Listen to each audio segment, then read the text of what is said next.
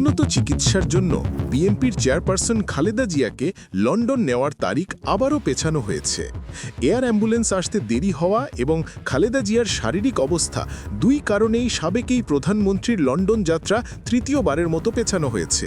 জানতে চাইলে বিএনপির চেয়ারপারসনের একান্ত সচিব এবিএম আব্দুস সাত্তার বলেন, ম্যাডামের লন্ডন যাত্রা পিছিয়েছে, এই মুহূর্তে নতুন করে কোনো তারিখ বলতে পারছি না। এয়ার অ্যাম্বুলেন্স আসার পরে যে কোনো দিনই ওনাকে নেওয়া হবে। বিএনপির একজন চিকিৎসক জানান, ম্যাডামের শারীরিক অবস্থা গত কয়েকদিন একই জায়গাতে আছে। এয়ার অ্যাম্বুলেন্স দেরিতে আসার পাশাপাশি ম্যাডামের শারীরিক অবস্থা ফ্লাই করার জন্য কতটা উপযুক্ত সেটাও বিবেচনায় নিতে হচ্ছে।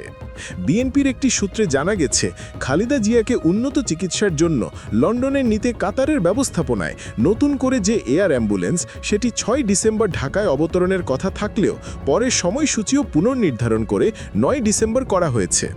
সেটি ঢাকা থেকে 10 ডিসেম্বর ছেড়ে যাওয়ার প্রাথমিক সময়সূচি নির্ধারণ করা হয়েছে।